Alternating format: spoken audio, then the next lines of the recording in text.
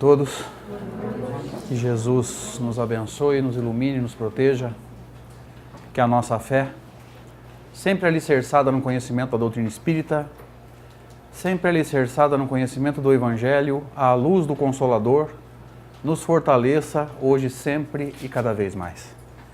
Queria agradecer o convite, a oportunidade de estar entre vocês mais uma vez, poder rever amigos e poder conversar um pouquinho sobre doutrina espírita, ofertar um pouquinho do muito pouquinho que nós sabemos sobre essa doutrina. Correto seria dizer, ofertar um pouquinho do praticamente nada que nós sabemos sobre o Consolador prometido. Promessa feita por Jesus, como nós sabemos, registrada pelo evangelista João no capítulo 14, entre os versículos 15 e 16, quando Jesus nos diz que se nós o amássemos, observaríamos os seus mandamentos, ele rogaria ao Pai e o Pai nos daria outro Consolador. Então, bendita a doutrina espírita que nos reúne hoje. No Evangelho de Mateus, esse evangelista registra aquelas palavras de Jesus que para nós são as mais reconfortantes de todo o chamado Novo Testamento. Essas palavras são tão sublimes que Allan Kardec chegou a comentar essas palavras no Evangelho segundo o Espiritismo. Se você olhar no capítulo 6 dessa obra de Allan Kardec, o capítulo chama O Cristo Consolador, num subtítulo chamado O Jugo Leve, Allan Kardec comentou essas palavras. E às vezes a didática de Kardec, a maneira do codificador construir o raciocínio, né? Às vezes é difícil para a gente entender. Às vezes Kardec monta um quebra-cabeça tão bem montado que a gente não percebe que são duas peças à parte, separadas, mas que momentaneamente se encaixam. No capítulo 5 de O Evangelho, é um exemplo desses encaixes perfeitos, né? No capítulo 5 do Evangelho, Kardec vai falar sobre a nossa dor, sobre as nossas dificuldades. Bem-aventurados os aflitos. Ele vai dizer por que nós sofremos. E no capítulo 6 ele oferece o remédio. Então primeiro ele comenta a dificuldade, depois ele comenta o remédio. Chama o Cristo Consolador. Então veja que são dois capítulos num contexto perfeito. E a gente às vezes não entende essa maneira de Kardec construir o raciocínio. Nesse capítulo 6, Kardec comenta essas palavras que vão servir de base para o nosso bate-papo da noite. Jesus diz assim, lá em Mateus, no capítulo 11, entre os versículos 28 e 30. Vinde a mim, todos vós, aflitos e sobrecarregados, eu vos aliviarei. Tomai sobre vós meu jugo, aprendei de mim, manso, humilde de coração, e acharei descanso para as vossas almas, porque suave é meu jugo e leve o meu fardo. Depois de muitos anos refletindo sobre essas palavras, nós percebemos aí uma construção de conhecimento. E seria até desnecessário dizer da inteligência de Jesus ao fazer qualquer tipo de colocação. Jesus nunca falou qualquer coisa que fosse ao acaso. Jesus sempre dizia tudo de uma forma muito raciocinada, muito lógica, na lógica proporcional e característica de um espírito tão elevado. Então nós percebemos um desencadeamento de ideias, uma construção de conhecimento que nós queremos comentar com vocês na noite de hoje. Jesus inicia o versículo 28 com um convite. Por isso que se nós tivermos que dar um título para essa palestra, nós chamaríamos de o Divino Convite. Vinde a mim. Quanto tempo faz que Jesus está nos convidando? No mínimo 2000 anos, mas se nós olharmos esse convite à luz da parábola dos trabalhadores da última hora, nós vamos perceber que tem muito mais tempo.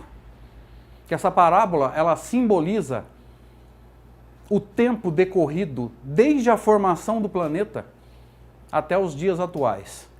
E Jesus vai nos dizer na parábola que desde a primeira hora de trabalho os trabalhadores são chamados e alguns não aceitam o convite. Então percebam que embora nosso convite tenha sido aceito há menos tempo, o convite foi feito há bastante tempo. Desde os primeiros tempos do orbe terrestre, Jesus nos espera de braços abertos. Jesus nos convida para esse trabalho sublime, primeiro de apaziguar e evangelizar nós mesmos. E conforme a gente vai amadurecendo, a cada passo dado, a gente tem mais para ofertar.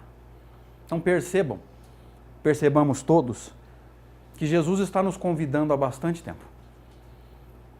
O convite assim, mais simbólico, mas ao mesmo tempo mais encantador de todo o Evangelho, nós vamos encontrar na chamada parábola do festim de bodas. Quando ele vai dizer, encerrando a parábola, que muitos seriam os chamados, mas poucos os escolhidos. E Allan Kardec, na sua sabedoria, quando vai comentar essas palavras, ele vai nos dizer que muitos os chamados significa que todos nós fomos convidados. E poucos os escolhidos não significa que alguém ficou numa posição estática, numa posição de segurança, dizendo, você está escolhido, você não está. Você serve, você não serve. Poucos os escolhidos está no sentido de que poucos fariam os esforços necessários para se fazer escolhidos. Poucos de nós teríamos a capacidade de transpor a chamada porta estreita. Porque a porta larga é muito fácil, muito agradável, é só permanecer do jeito que está. Então vejam que Allan Kardec nos ajuda demais a entender o chamado Novo Testamento, o chamado Evangelho. Mas o convite foi feito. Para quem? Vinde a mim todos vós que estáis aflitos e sobrecarregados. Toda vez que ele fala em vós que estáis aflitos, nós nos lembramos e retornamos ao capítulo 5 de O Evangelho segundo o Espiritismo. Kardec chamou de bem-aventurados os aflitos. Mas eu queria fazer uma consulta aqui. Pelo menos os encarnados respondam para mim, por favor. Quando a dor bate à nossa porta e nós nos dizemos momentaneamente aflitos, nós nos enxergamos como bem-aventurados? Bem-aventurado quer dizer feliz. Você fica feliz quando você está sofrendo? Alguém consegue? Por que Jesus falou isso então? Será que ele cometeu um equívoco? Ou ele está brincando com a nossa cara? Poxa, eu estou sofrendo e Jesus está dizendo que eu sou um bem-aventurado? Que eu sou um abençoado? O que ele quis dizer? A essência do capítulo 5 de O Evangelho segundo o Espiritismo é entender por que Jesus disse isso. Por isso que nós precisamos estudar muito profundamente esse capítulo do Evangelho. Porque é ali que Allan Kardec nos ensina a compreender essas palavras de Jesus. É ali que nós vamos entender por que Jesus nos chama de bem-aventurados quando a dor bate à nossa porta. Então percebamos todos, que esse capítulo precisa mudar a nossa vida. Precisa mudar a nossa maneira de enxergar o mundo. Precisa mudar a nossa maneira de enxergar as nossas dificuldades. Não foi à toa, e se eu não me engano, acho que eu já fiz essa palestra aqui, que Allan Kardec começou o seu comentário com um subtítulo chamado Justiça das Aflições. E nós precisamos entender que essa justiça, ela deriva da justiça de Deus. E se Deus é absolutamente perfeito, a justiça dele tem que ser absolutamente perfeita. E se essa justiça é absolutamente perfeita, ela não falha.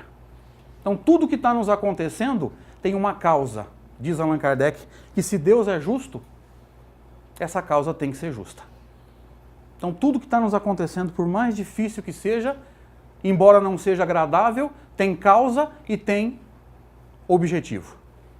Nós vamos conversar um pouco mais sobre isso.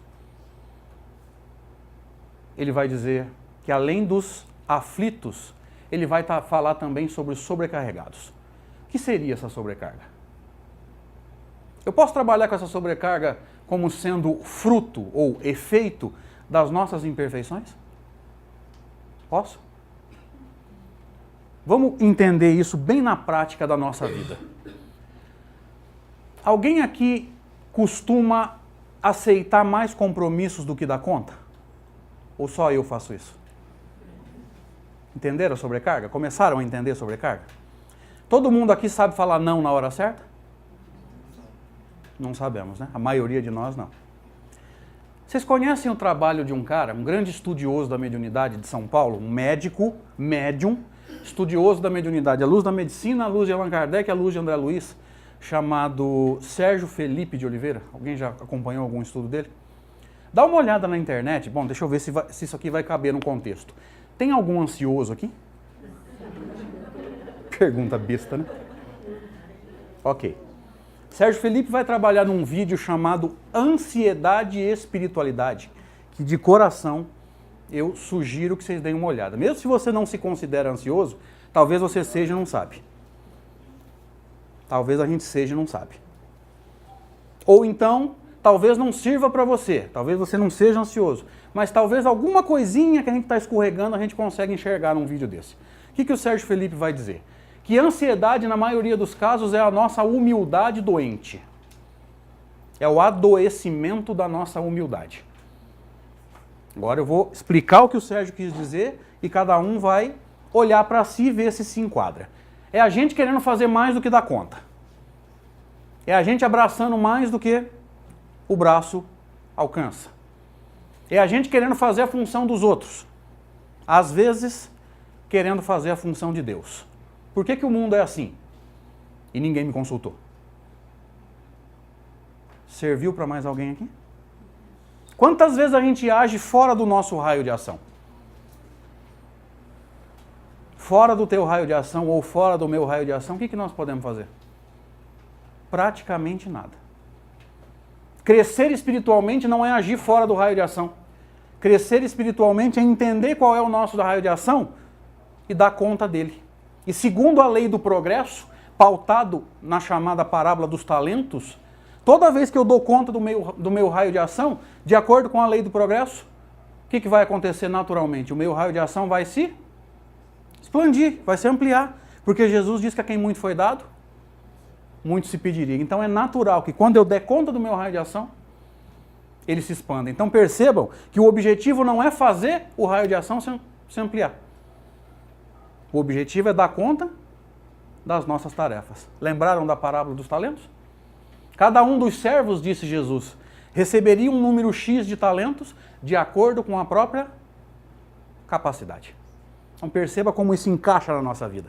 Deus colocou cada um de nós no lugar exato, dentro das nossas necessidades evolutivas.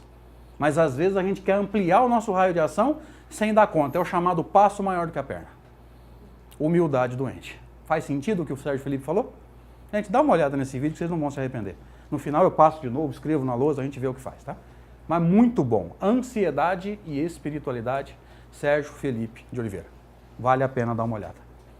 Entenderam a sobrecarga? Deus dá fardo maior do que a capacidade dos nossos ombros? Então a sobrecarga não é da lei. A sobrecarga é oriunda das nossas imperfeições. É a gente abraçando mais do que dá conta. É a gente dando passo maior do que a perna. É a gente querendo agir aonde ainda não consegue. E às vezes, eu não sei se isso acontece aqui em Mirassol, mas lá na minha região mais próxima tem muito. A pessoa não dá conta da própria vida, mas quer cuidar da vida do bairro inteiro. Entenderam a sobrecarga? A sobrecarga nada mais é do que fruto, efeito do orgulho, da vaidade, da gente querendo cuidar de coisa que não é da nossa alçada, não é da nossa responsabilidade. Daí a sobrecarga. Então percebam que o convite foi feito para todo ser imperfeito. E aqui nós nos lembramos do Livro dos Espíritos, do item 100 em diante, naquele texto fantástico e muito pouco estudado pelos espíritas, infelizmente, que evitaria muito problema mediúnico, que Kardec chamou de escala espírita.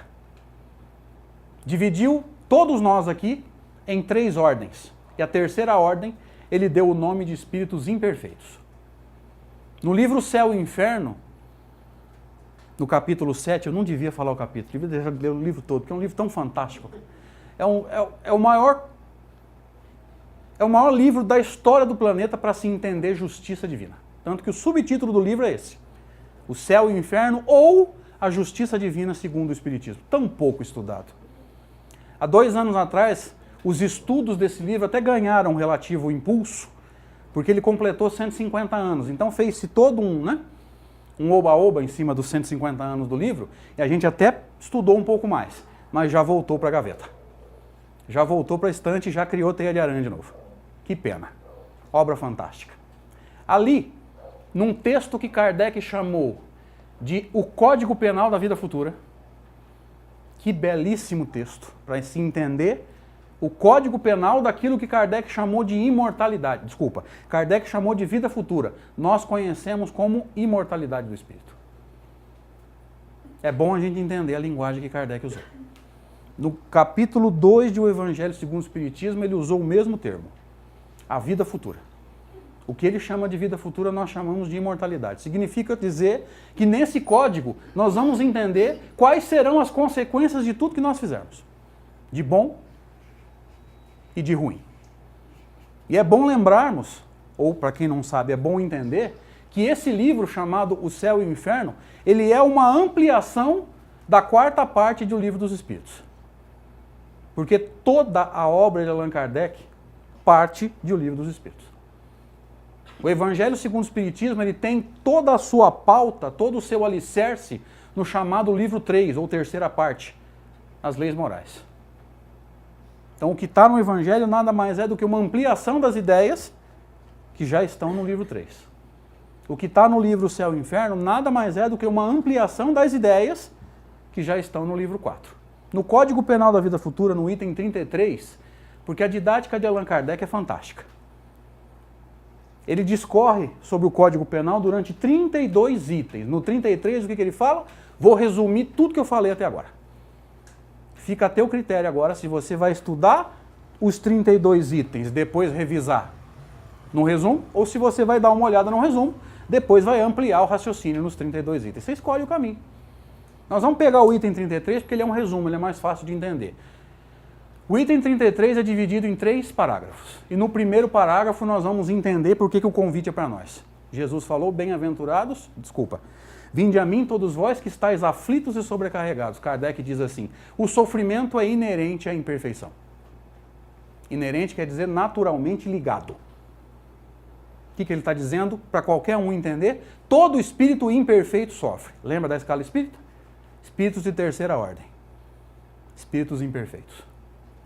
Vamos começar a entender a didática de Kardec, que a gente não entende. Imperfeito, nesse caso, é um substantivo ou adjetivo? Quem me ajuda?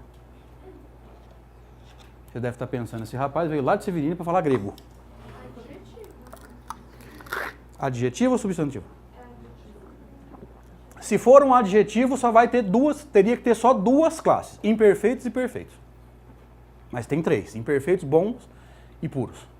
Tem que ser substantivo. Não está dando qualidade, está dando nome.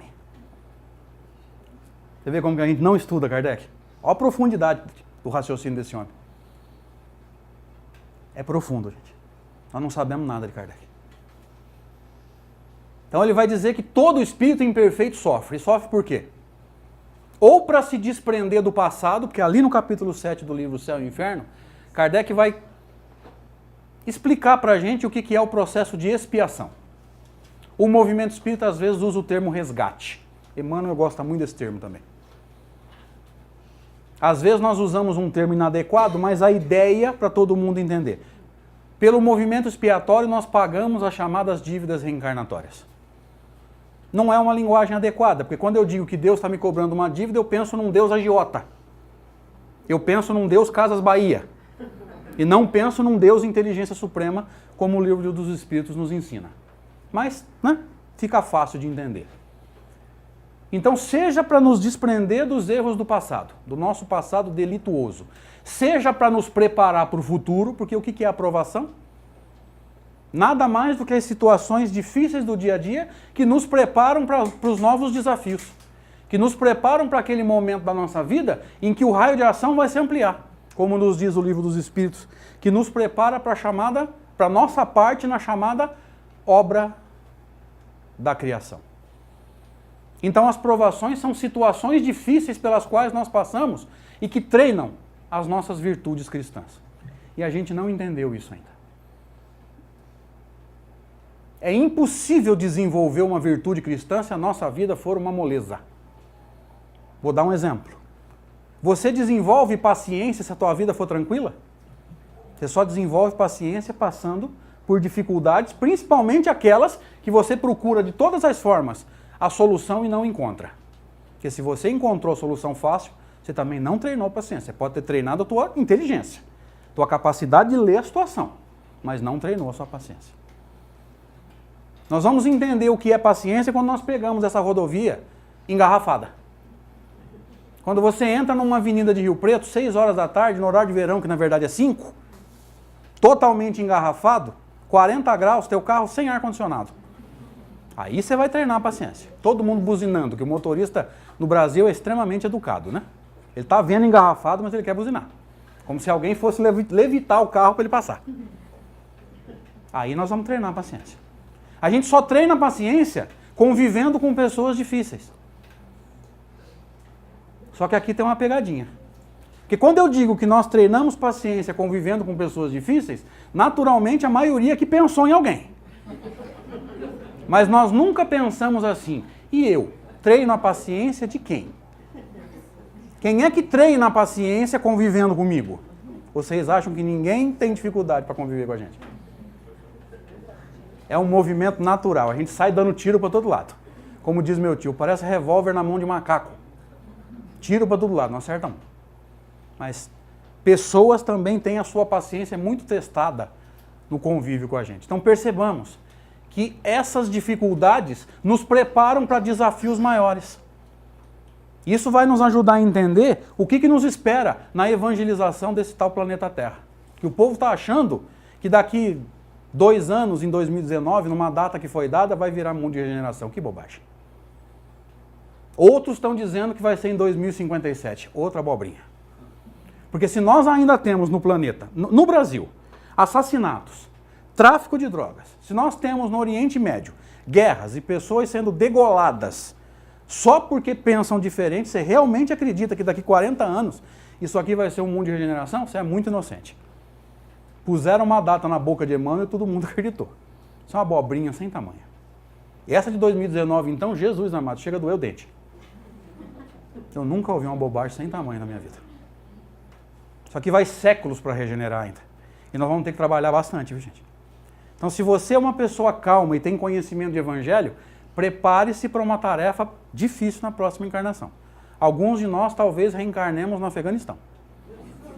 Porque lá não tem evangelho. Aqui está pronto. Aqui o terreno está arado, o buraco está feito, a semente está jogada. Já já começa a brotar. Mas e lá, como é que está? É lá que precisa de nós, né? Então prepare-se, viu? Para fazer palestra para homem-bomba.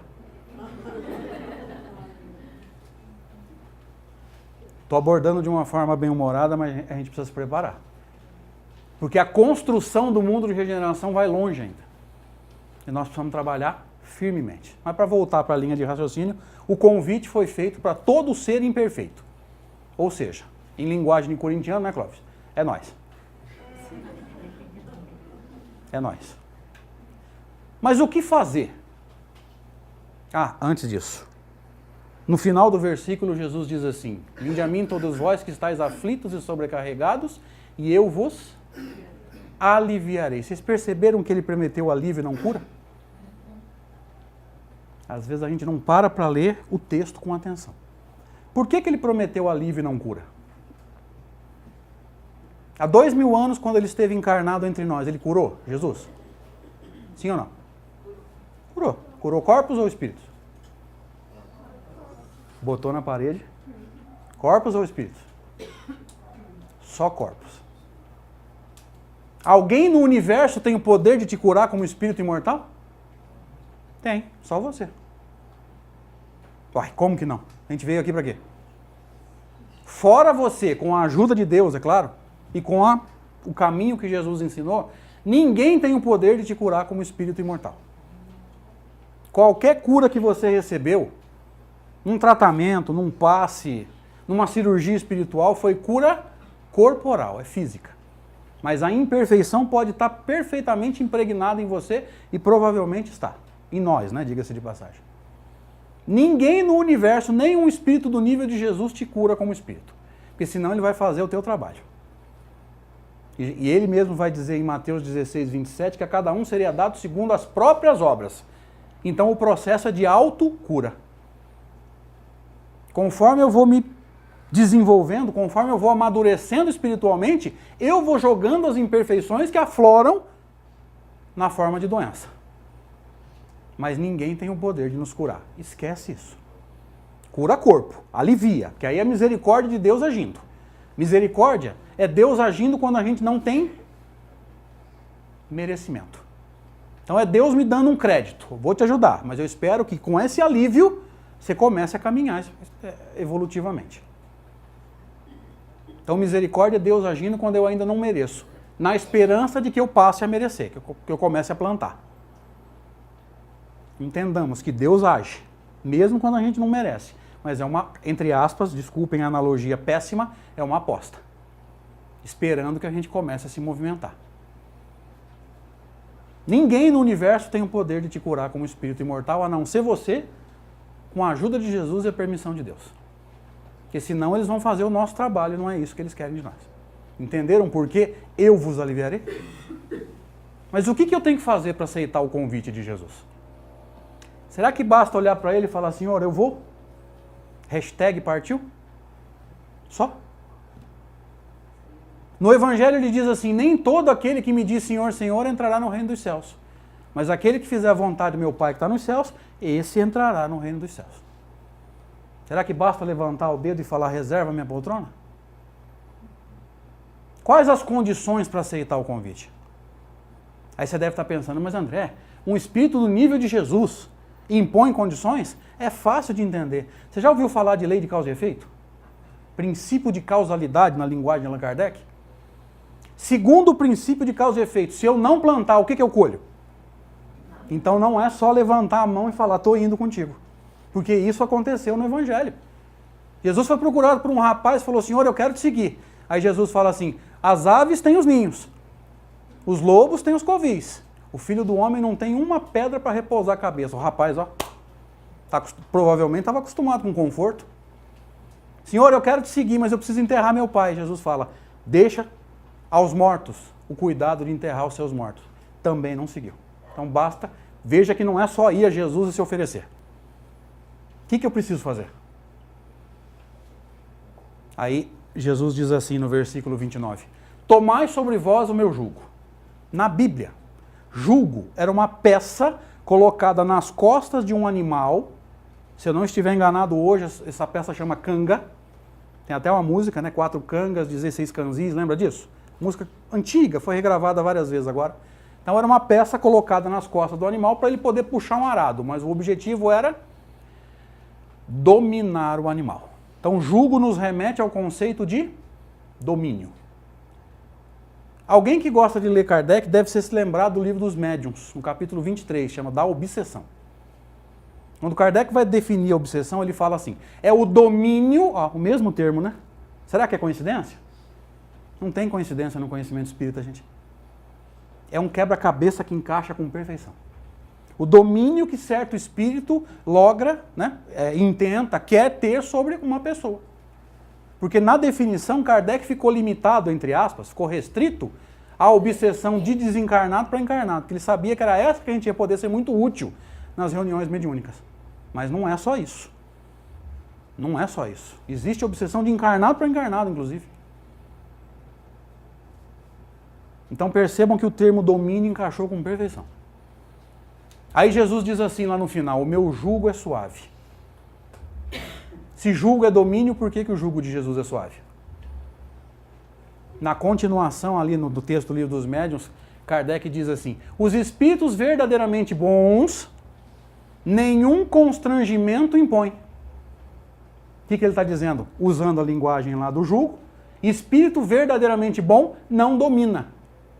Kardec diz assim na continuação, aconselham, instruem, mas se a pessoa não quer ouvir, respeitam o direito da pessoa, chama livre-arbítrio, e se afastam. Isso é espírito superior. Isso é espírito bom. Ele te aconselha. Se você falar, não, eu vou seguir no caminho que eu estou, ele respeita o teu direito. Quem é que domina? Ele mesmo disse no texto, né, Kardec? Todo constrangimento tem que partir de um espírito imperfeito. Constrangimento é o que mesmo, gente? Quem me ajuda? Forçar alguém a fazer uma coisa que ele não quer fazer. Aliás, o próprio, só para esclarecer, né, essas informações às vezes passam. O próprio Allan Kardec vai dizer que a diferença entre a obsessão simples, a fascinação e a subjugação está exatamente no grau de constrangimento. O quanto nós deixamos esse espírito mandar na nossa vida. Percebam que o termo domínio calhou com perfeição. Por que Jesus disse que o jugo dele é suave? Porque Jesus não domina. Em algum trecho do Evangelho você viu ele catar alguém pela orelha e falar, vamos.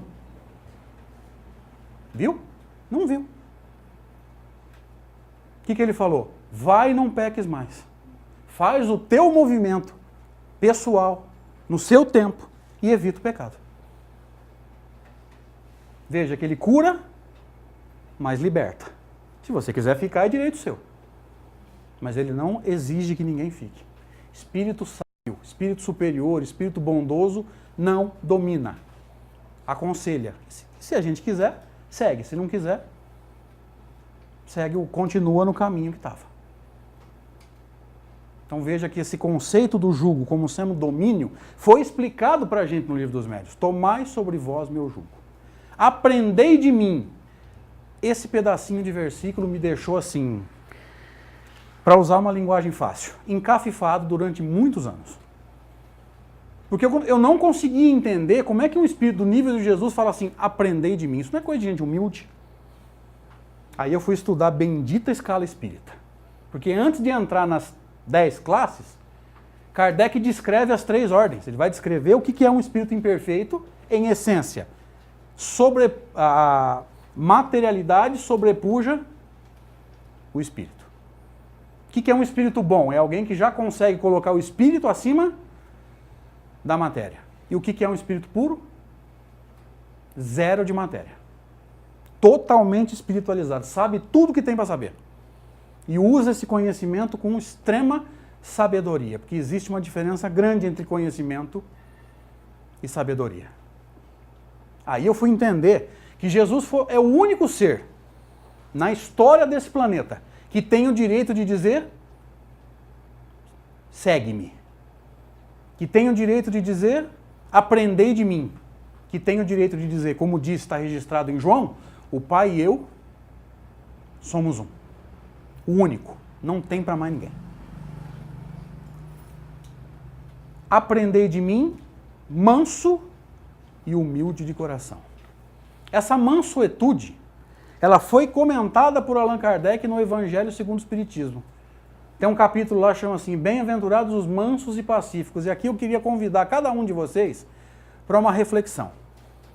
Cada um olha para si agora, para o seu mundo mental, para o seu mundo sentimental e responde para você mesmo. Se quiser falar, a câmera está aí, para registrar.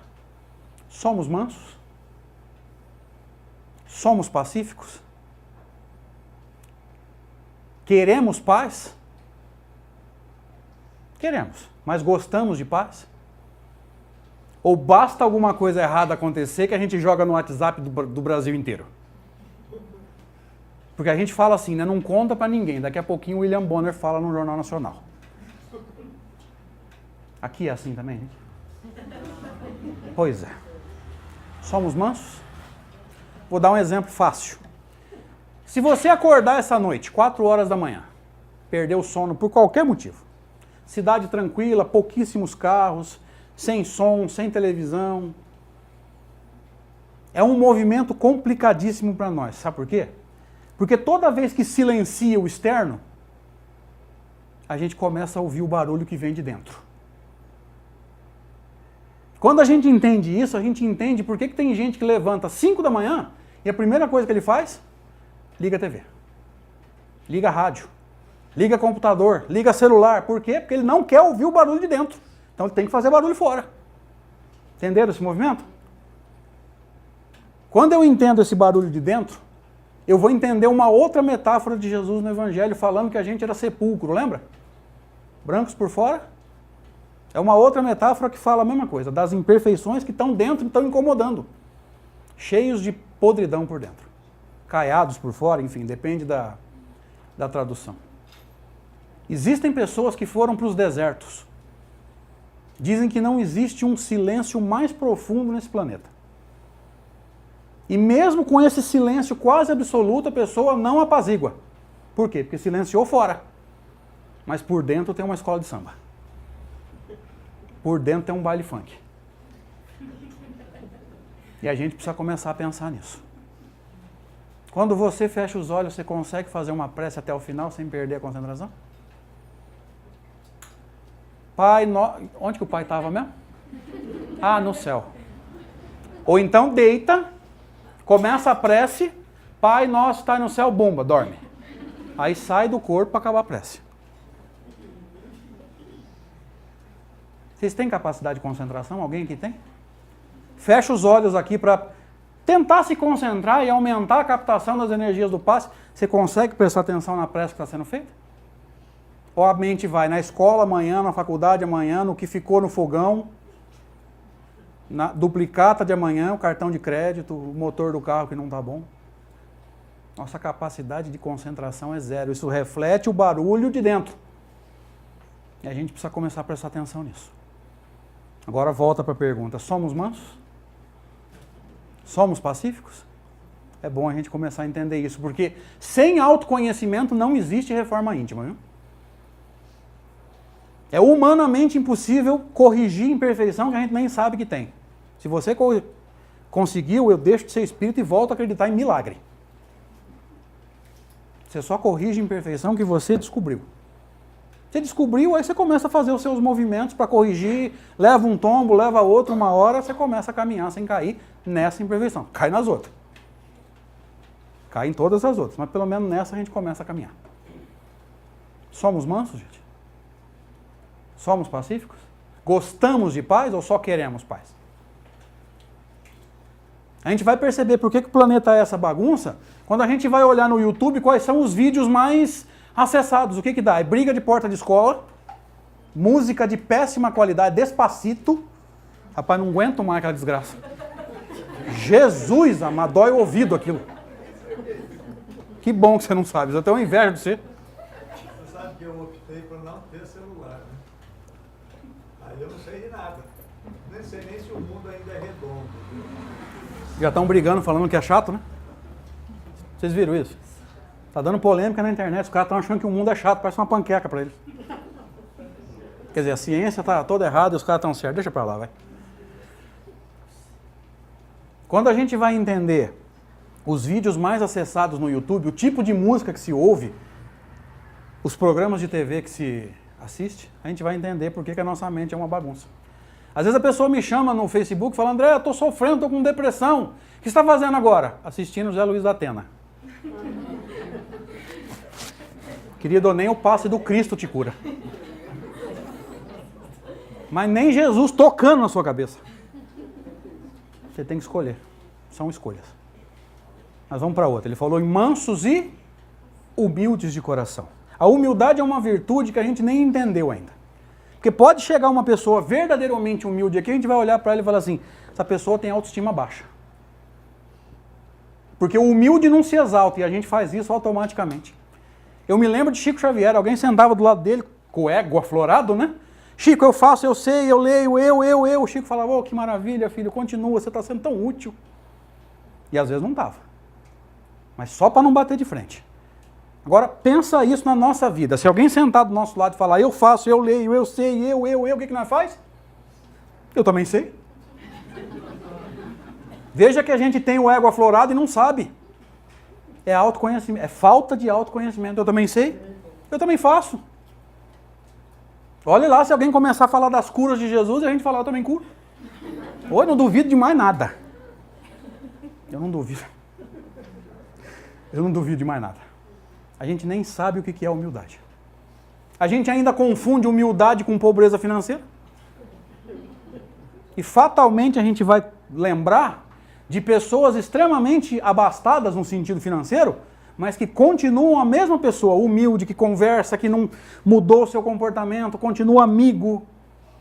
E nós vamos nos lembrar, infelizmente, de pessoas que têm dificuldades extremas em termos financeiros, mas que têm, né, o tupete, o nariz empinado. Então veja que não tem nada a ver uma coisa com a outra. O começo da humildade a humildade começa em nós quando a gente entende que tem muito mais para a gente saber do que o pouquinho que a gente já sabe. Tem muito mais inteligência aí do que aqui. Então eu venho aqui para ofertar o pouquinho que eu tenho e para tentar absorver o muito que o todo tem. Então vira uma troca. Humildade é a gente entender que sempre tem alguém melhor do que a gente. Sempre tem alguém mais bonito, sempre tem alguém com uma roupa melhor, um carro melhor. Não se preocupe com isso.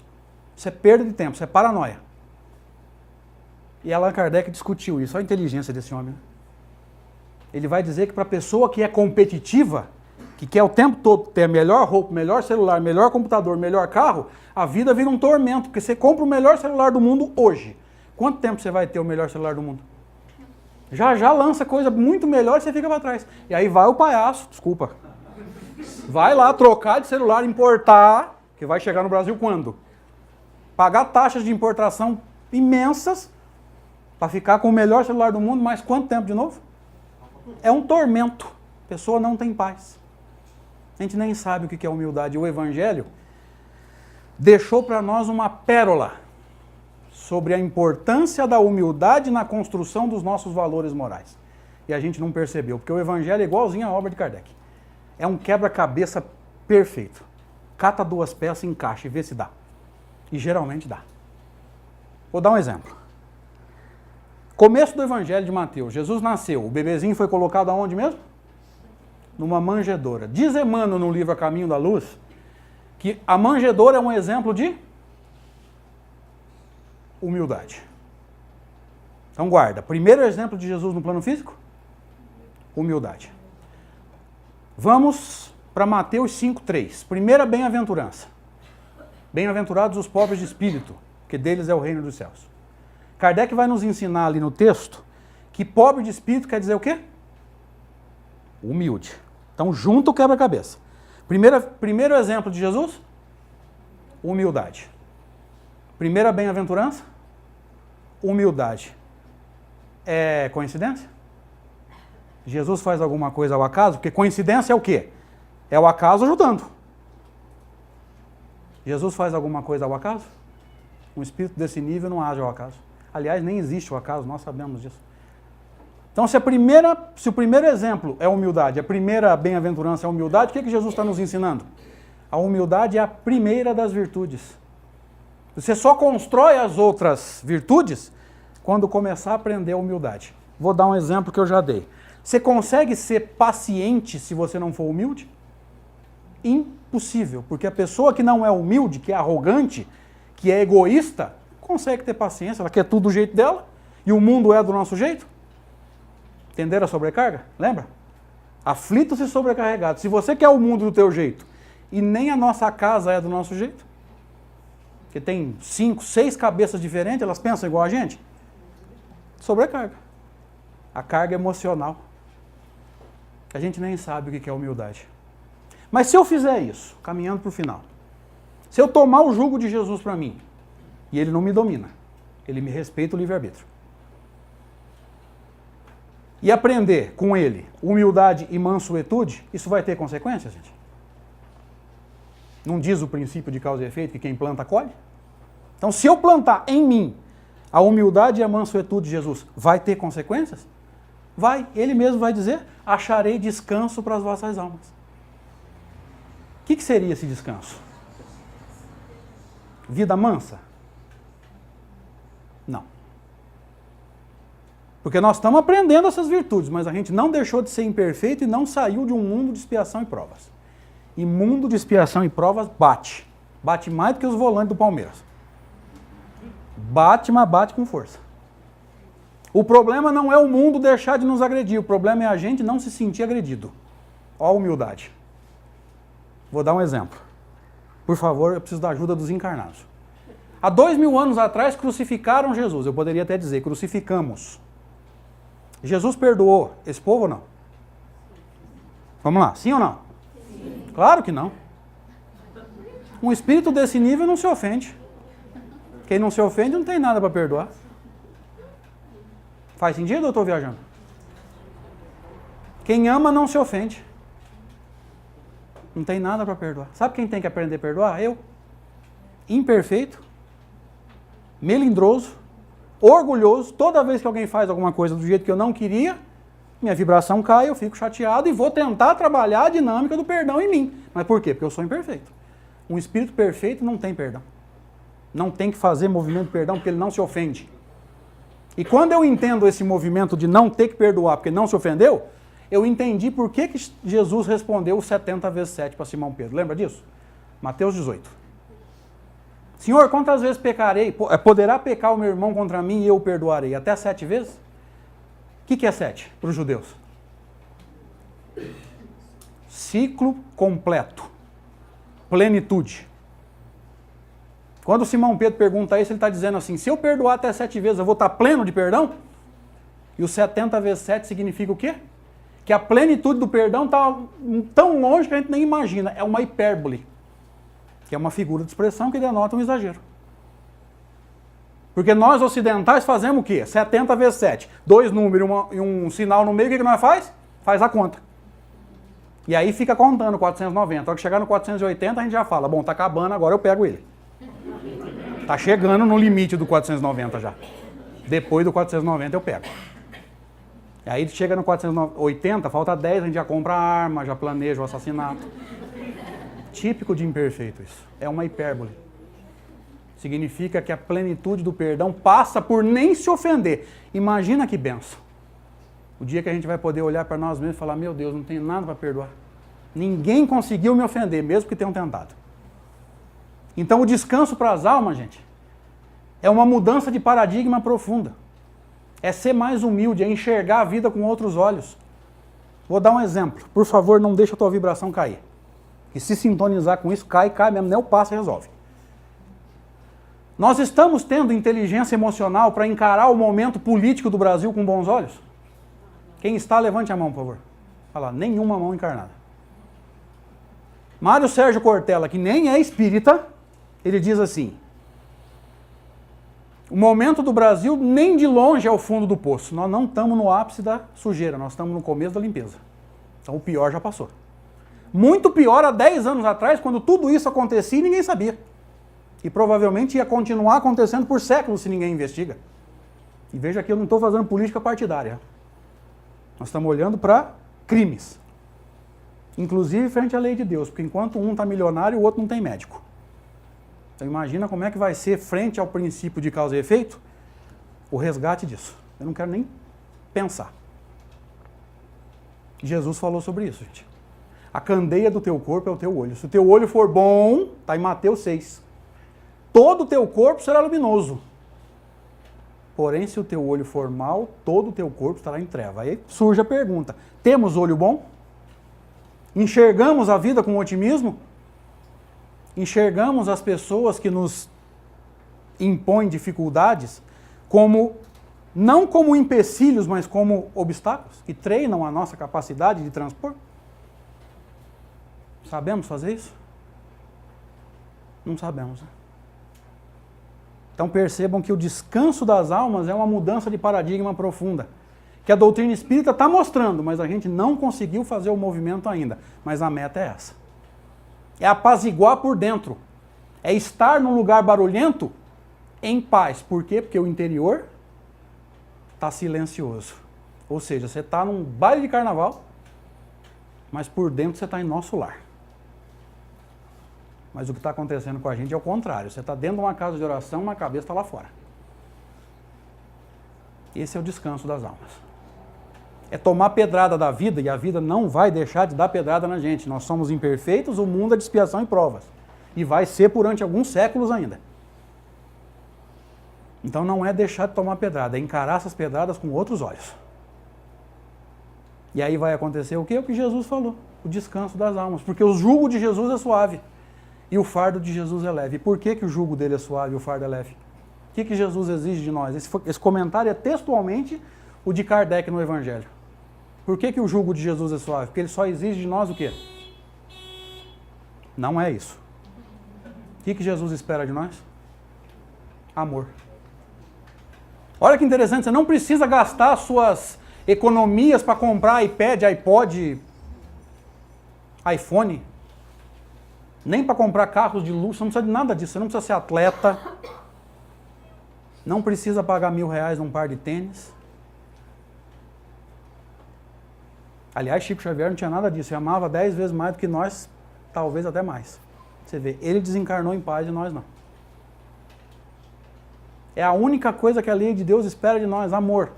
Ninguém vai perguntar para nós que faculdade fizemos, em qual universidade. Vão perguntar para nós, sim, o que nós fizemos com o conhecimento que a gente tem. Então, de repente, um faxineiro desencarna em condições melhores do que muita gente instruída. Nós vimos isso no livro Nosso Lar. André Luiz, médico, desencarna em condições deploráveis. E gente bem mais simples que ele, os puros de coração, como nos ensina Jesus nas bem-aventuranças, desencarnaram em paz. Então, o jugo de Jesus é suave e o fardo é leve porque só esperam de nós amor. E Jesus ainda põe isso na prática. Só oferta para o outro aquilo que você quer para você, que é um movimento complicadíssimo para nós. Porque eu vou ter que pensar, eu quero fazer, mas será que o outro vai gostar? Então veja que eu tenho que me tirar do centro. Eu estou no centro quando eu digo, eu vou fazer. Mas quando eu penso, será que o outro vai gostar? Eu coloquei ele no centro. Jesus nos ensinou isso indiretamente, mais uma pérola do Evangelho que a gente não percebeu. Parábola do bom samaritano. Doutor da lei pergunta para Jesus, mestre, qual o maior mandamento da lei? Jesus responde aquela resposta que nós conhecemos. O doutor da lei vira para ele e fala assim, quem é o meu próximo? Perceberam o egocentrismo? Meu próximo. Eu estou aqui, quem? Quem se aproxima de mim, quem me busca. Isso acontece com a gente. Porque eu posso entrar num ambiente desse aqui e não aprender nada com vocês e não interagir nada com vocês, porque eu posso ficar assim, ninguém vai me cumprimentar? Ninguém me reconheceu? Olha o egocêntrico, né? Eu estou entrando, ninguém me viu? A gente não faz o movimento de, pô, o cara é bacana, deixa eu ir lá dar um abraço nele, eu vou lá, sai do centro. Aí Jesus conta a parábola, nós conhecemos. Um homem descia de Jerusalém para Jericó, foi assaltado, enfim, o texto. No final da parábola ele faz uma outra pergunta para o doutor da lei, quem lembra qual é? Olha a mudança de paradigma. Quem é o próximo daquele que caiu na mão dos assaltantes? Perceberam que Jesus colocou o assaltado no centro? Não é o teu próximo, é o próximo dele. Por quê? Porque é ele que está precisando de ajuda. Quem tem que ser o centro das nossas atenções? Quem está precisando de nós. E é um movimento dificílimo. Sair do centro. Porque esse movimento egocêntrico vem em nós há milênios. Eu estou sofrendo, como se ninguém mais sofresse no mundo, né? É o egocentrismo que a gente não conhece, a gente não percebe. É o movimento chamado de inconsciente. Aquilo que o teu consciente já achou, você está trabalhando, eu não tenho dúvida disso. O problema são os erros que nós nem percebemos. Estão lá no inconsciente. E por estar no inconsciente, o que a gente pensa? Está certo. A gente não sabe que está errado, então, se não sabe, vai continuar tentando do mesmo jeito. Até entender que está errado. Então percebam que são erros inconscientes. Esse movimento de sair do centro, gente, é urgente. Que a gente vem se colocando sempre no centro, há milênios. E há 2000 anos Jesus está tentando mostrar isso para a gente. E já há 160 essa doutrina bendita vem mostrar para a gente o que fazer para a gente conquistar essa paz interna. Para a gente entender um movimento que às vezes é complicado para a gente acha que vai fazer fora o que não conseguiu conquistar dentro. Então a gente sai distribuindo comida, remédio, cobertor, passe, sai recebendo espírito em reunião mediúnica, enfim, naquele movimento de fazer o bem que Allan Kardec definiu como caridade. Só que aí a gente desencarna com um monte de cesta básica, espírito recebido, passe aplicado, mas sem paz por dentro. Vamos desencarnar bem? Claro que o bem que nós fizermos vai ser levado em consideração, ninguém está negando isso. Mas se eu distribuir cesta básica para a região inteira e desencarnar com raiva de alguém, eu vou desencarnar bem? Cuidado para não fazer fora, achando que vai compensar o que não foi feito dentro, que a gente vai quebrar a cara. Por isso que Allan Kardec vai trabalhar no Evangelho o conceito do homem de bem, que é o que nós precisamos nos tornar. Diz Allan Kardec, para encerrar, que o homem de bem é aquele que pratica. Prática. Que a gente está girando ao redor de livro. Como a gente veio há milênios girando ao redor de Bíblia. Então a gente sabia, versículo, capítulo, sabia tudo, mas não praticava nada. Aí vem para a doutrina espírita. Sabe tudo de Kardec. Sabe tudo da maioria das obras de Chico, mas o que pratica? Só mudou o rótulo religioso. É aí que Allan Kardec vai dizer que é necessário purificar dentro. É necessário fazer esforços. Porque o homem de bem, diz Allan Kardec, seria aquele que praticasse a lei de justiça, amor e caridade na sua maior pureza. E o verdadeiro espírita seria reconhecido pelos esforços que faz para domar as suas más inclinações. Obrigado. Boa noite.